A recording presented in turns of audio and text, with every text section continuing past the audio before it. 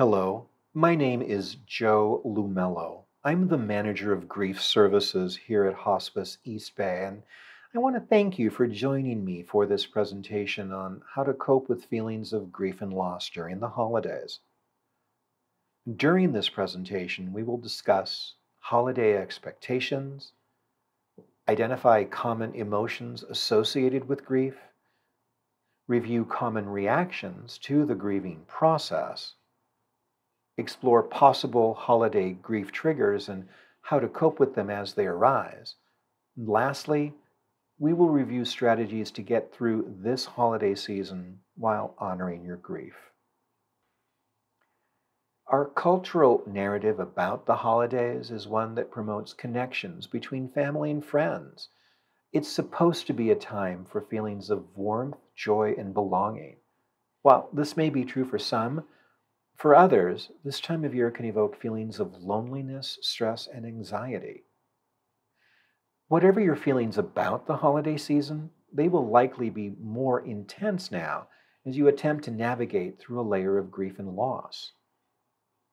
You may feel compelled to do everything in your power to stage the perfect holiday gathering in honor of your loved one.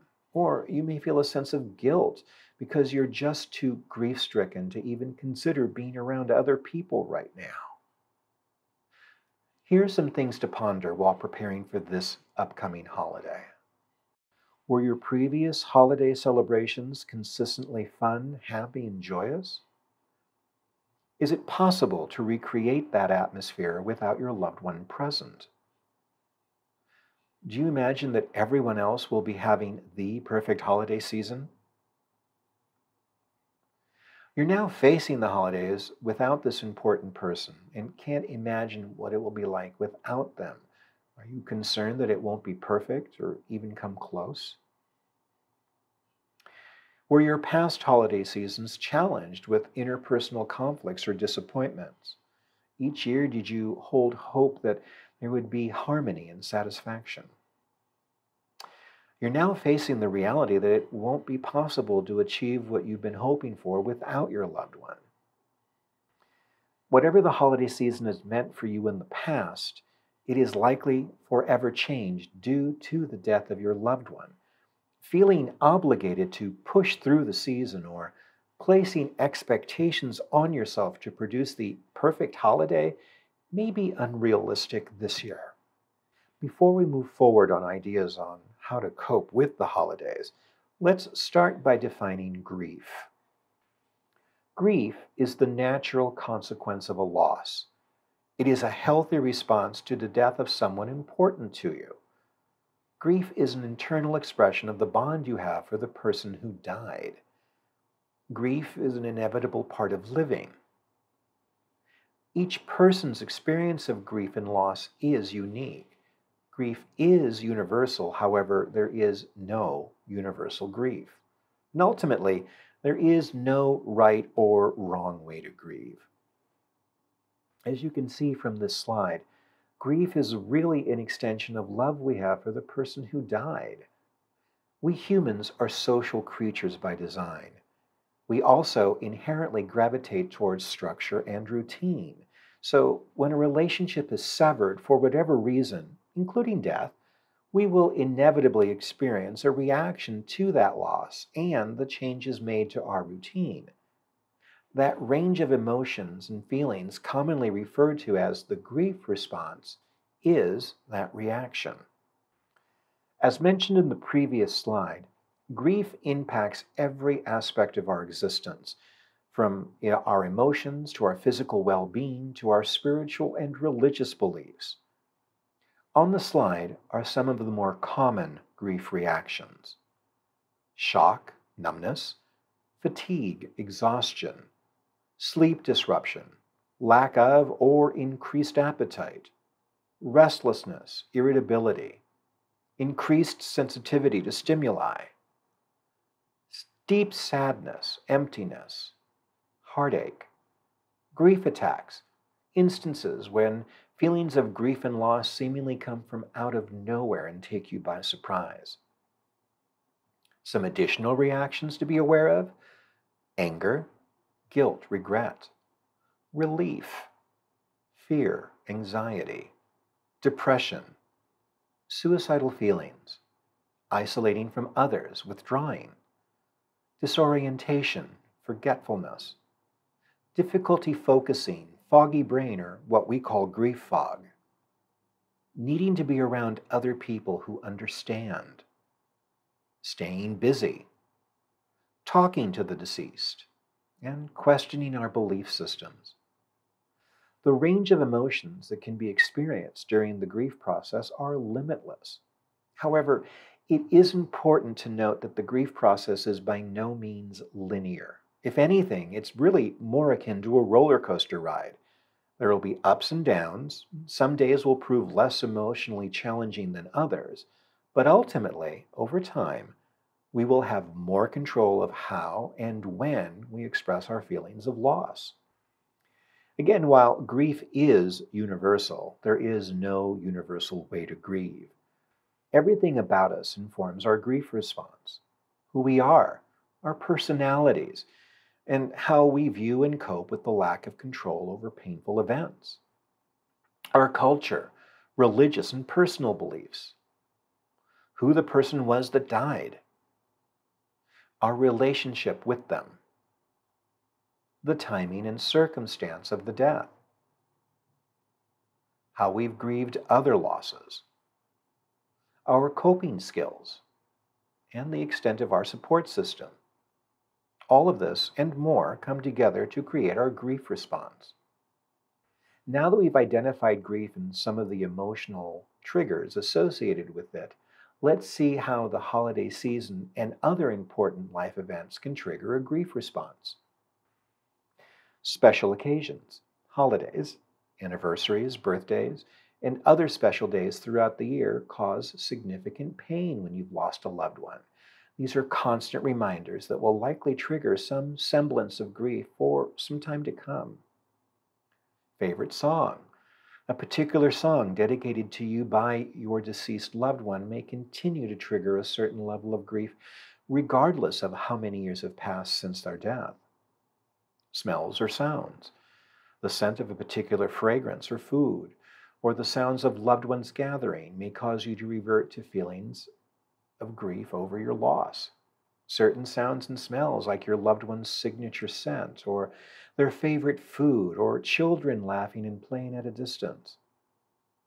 Lost opportunities, what was left unsaid and undone, missed events or vacations. These all tend to call attention to your loss. If your spouse or child has died, you may find that these events bring your loss to the forefront. Each of these grief triggers can cause any number of emotional responses, from joy to sadness and everything in between. You may be familiar with the saying, the best defense is a good offense. Well, this also applies when it comes to grief triggers. Be proactive rather than reactive. Mark your calendar.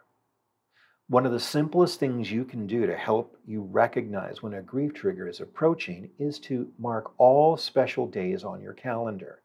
Planning for them by keeping them in your calendar may help you better cope when the day arrives.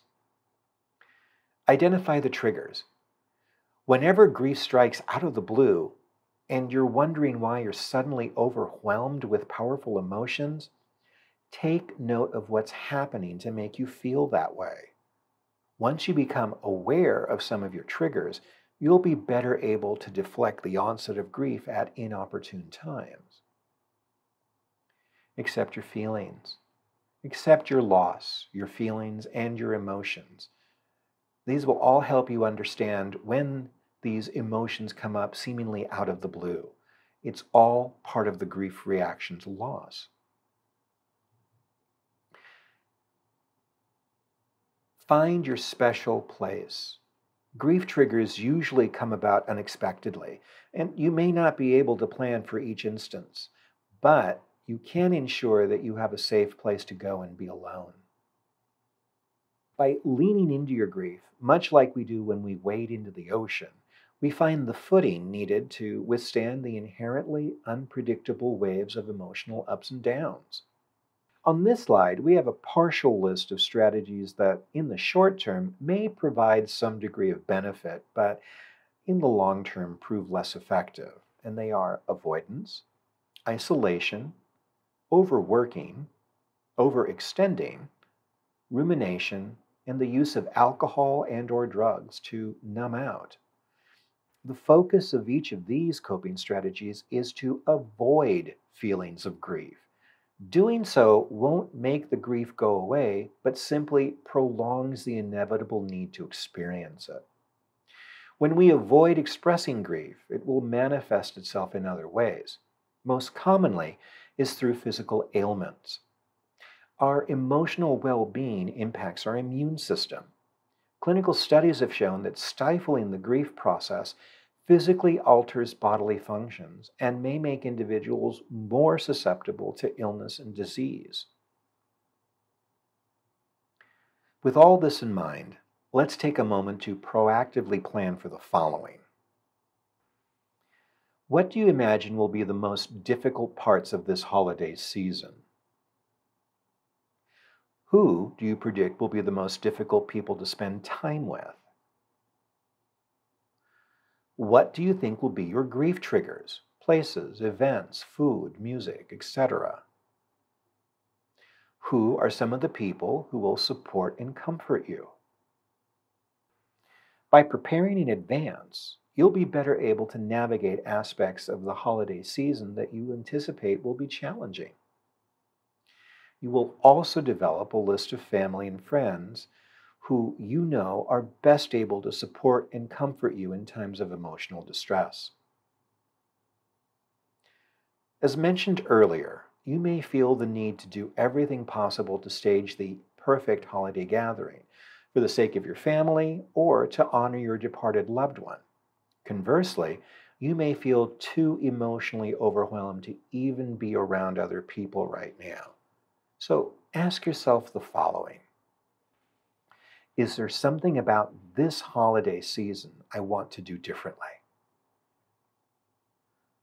Do you do these tasks out of habit, tradition, free choice, or obligation? Are these tasks a one-person job or can they be shared? Are you responsible to see that it all gets done? And do you like doing these tasks? Just for this holiday season, can any changes be made to these traditions and tasks that will allow you the time and space you need to process your grief? With each loss comes the opportunity to reevaluate what the holidays mean to us. It gives us the possibility to create new traditions or reassign various tasks. It also helps us understand what aspects of the holidays are truly meaningful for each of us and why. Over the next 4 slides, we're going to review some strategies for you to ponder. Adjust your expectations. The holidays won't be the same no matter what you do. Accept this up front to avoid disappointment. Decide what you can handle this year and tell others. Discuss and negotiate holiday plans with other family members who are struggling with loss. Do what feels right. There is no right or wrong way to behave. Keep some traditions, start some new ones. Consider changing the location of your celebration or letting someone else do the cooking. Open gifts at a different time or set up the tree in a different part of the house. Ask for help. Let someone take over the tasks you're dreading, such as cooking dinner for a large holiday gathering. Find someone to listen. Share your feelings with family and friends. Join a support group. Speak to members of the clergy. Make time for exercise. It helps ease depression. Prioritize. Don't let endless chores add to your stress. Spend time enjoying nature. Consider meditation or prayer. And use music as a mood lifter. Include your departed loved one in celebration. burn a special candle, hang a stocking, listen to favorite carols, or look at photographs. Invite others to share their memories of the person who died.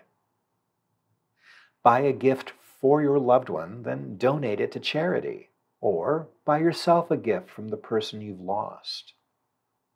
Help someone else. Visit a nursing home or help with a toy drive.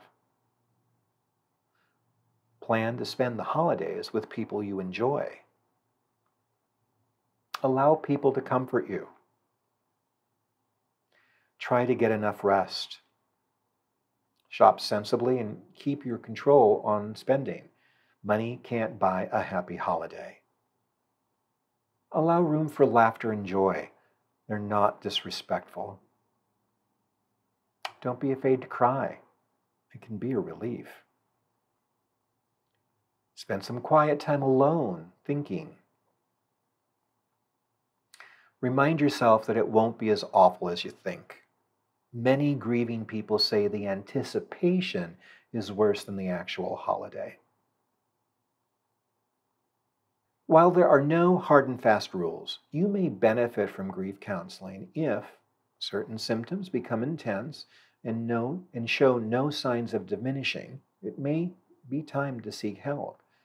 If you're engaging in risky behaviors as a means of coping with painful feelings, if you experience a pervasive sense of fear that prevents you from having close relationships, if you're constantly keeping busy to avoid your grief, if you have a constant preoccupation with the death for an extended period of time, if you experience feelings of depression that extend beyond the loss, and simply if you feel the need for assistance. Hospice East Bay has a variety of grief services available for you to access. You're always welcome to contact us for additional information, and contact information will be provided at the end of this presentation. In closing, I want to offer you a brief reading from Tinsel and Tears by Darcy Sims and Andrea Gamble. Do what you can this season and let it be enough. But whatever you do, try not to lose the holiday completely. It may not be the same as it was before, but it is the holiday season and you are in it. No matter how shattered your life, how fragmented your dreams, there must be light somewhere. There must be hope somewhere. Our loved ones have died. We did not lose them, nor did we lose the love we shared. Our loved ones were and still are a part of us. We cannot lose their love or our love for them. Thank you for allowing me to share some suggestions on how to cope with the holiday season while honoring your feelings of grief. I hope the information offered will help you navigate the emotional ups and downs of the holidays. Here's our contact information. Again, please feel free to contact us with any questions you may have about this presentation, or if you're interested in accessing any of our grief support services. On behalf of all of us here at Hospice East Bay, we sincerely hope this holiday season is exactly what you need it to be. Thanks again for watching, and take care.